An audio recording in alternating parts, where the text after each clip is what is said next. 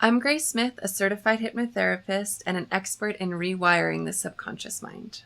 Today we're going to talk about 3 subconscious reasons you may be avoidant. Unlike other methods, addressing avoidance in the subconscious mind is different from other methods because you're addressing it where it lives. Your subconscious houses all of your emotional responses, all of your beliefs, all of your habits, all of your memories. It is the mainframe. And other techniques that only focus on the conscious mind, which is basically what you want and your willpower, they're only targeting 10% of the equation. It's the very tip of the iceberg. So when we use hypnosis to access the subconscious mind and upgrade your limiting beliefs from the mainframe, then you don't have to will yourself or force yourself or remember to be a different way.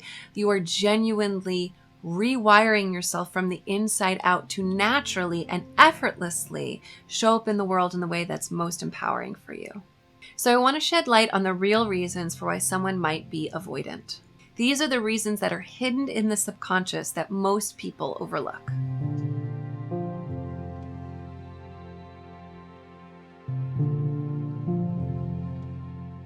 Before I jump into the reasons, I also wanted to let you know we have an app. It's called the Grace app, and it includes hundreds of recordings to help you upgrade your subconscious mind, whether you're focused on something like avoidant behaviors or fear of flying, insomnia, or anything else you could possibly think of. There's a free version of the app, and I link to it down below. So if you love this and you want more, we've got you covered. There are plenty of ways in which someone can exhibit avoidant behaviors, and we're going to talk about 3 of the biggest ones. The first one is fear of opening up, especially in romantic relationships. So from a subconscious perspective, this likely comes from having been hurt very deeply in the past. It could have been from a traumatic experience in childhood. It could have been a traumatic experience with a first love. It could honestly be something that seems as simple to an adult brain as a kindergarten teacher making fun of a student's coloring. They colored outside of the lines and the teacher made fun of them. And in the subconscious, it turned into a belief that it's not safe to share, it's not safe to open up, and it could be playing out in romantic relationships later in life. So this fear of opening up in relationships, especially intimate relationships, obviously is going to be painful for the person who is avoidant and also for the person on the receiving end. And what you can do at the subconscious level is take a look at and analyze why that limiting belief was formed in the first place, and then reframe it in a way that is safe and empowering. That doesn't mean you want to just open up totally and completely to every stranger you meet while commuting. Obviously, that wouldn't necessarily be in our best interest, but there is a happy medium where you are taking personal responsibility for your own well-being without holding back in such a way that you're limiting yourself from feeling true love. The second one is ruminating on fear of criticism. And so it's not just the fear of criticism, we're also ruminating. It's going on and on and on and on and on. This is so incredibly prevalent. And it really goes all the way back to the formulation of our reptilian brain. This is an ancient thing. We want to be accepted by the group because that's a way to survive, right? If we're cast out of the community and left to our own devices out in the tundra, the likelihood of surviving is greatly minimized, right? And so we have been programmed to go along and get along and not want to be disliked and not want to be criticized. Criticism can be painful, and it's also one of the best ways for us to grow. And so when you're able to get into the subconscious and understand why there's that rumination around the fear of criticism and all of the ways in which it might be limiting you and the chances you take in life, or the goals that you set for yourself in life, or the experiences you allow yourself to have in life, it's keeping you small. It's keeping you hidden. It's robbing you of your biggest, boldest life.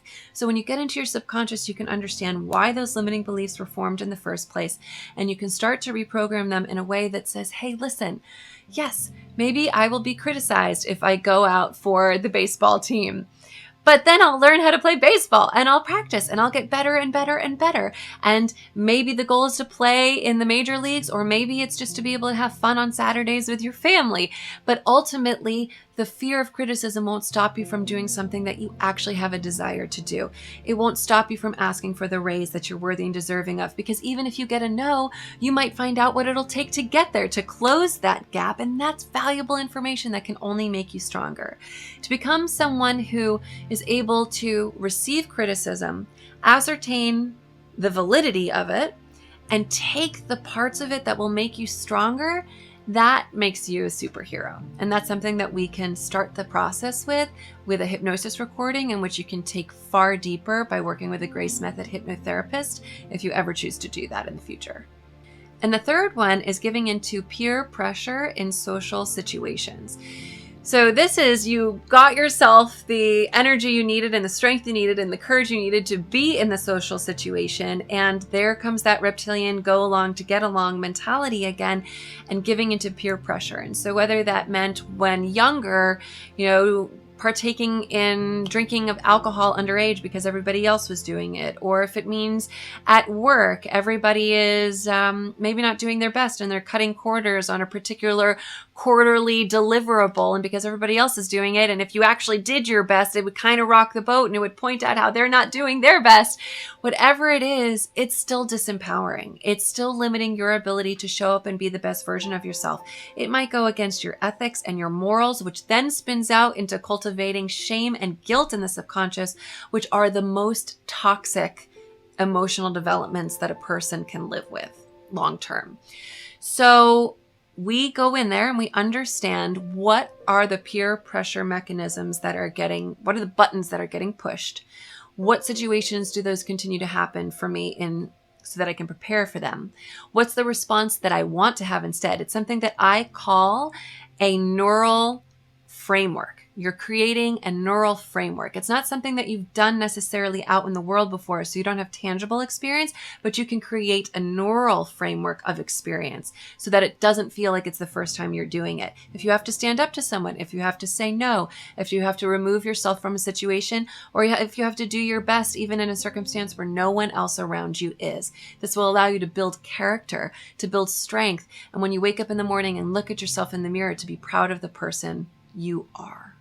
If you found this video helpful, be sure to hit the subscribe button so you never miss an alert when I release new content to help you strengthen and upgrade your subconscious programming. Congratulations on taking this step. Overcoming avoidant behaviors is one of the most empowering things you can do for yourself. So if any of these 3 examples resonated for you in this video, go ahead and drop a comment below. My team responds to each and every single comment, and we might be able to provide you with additional resources or support depending on what's going on in your life. Thank you so much for watching. I look forward to seeing you in a future video. I'm really proud of you. Keep going. With love, Grace.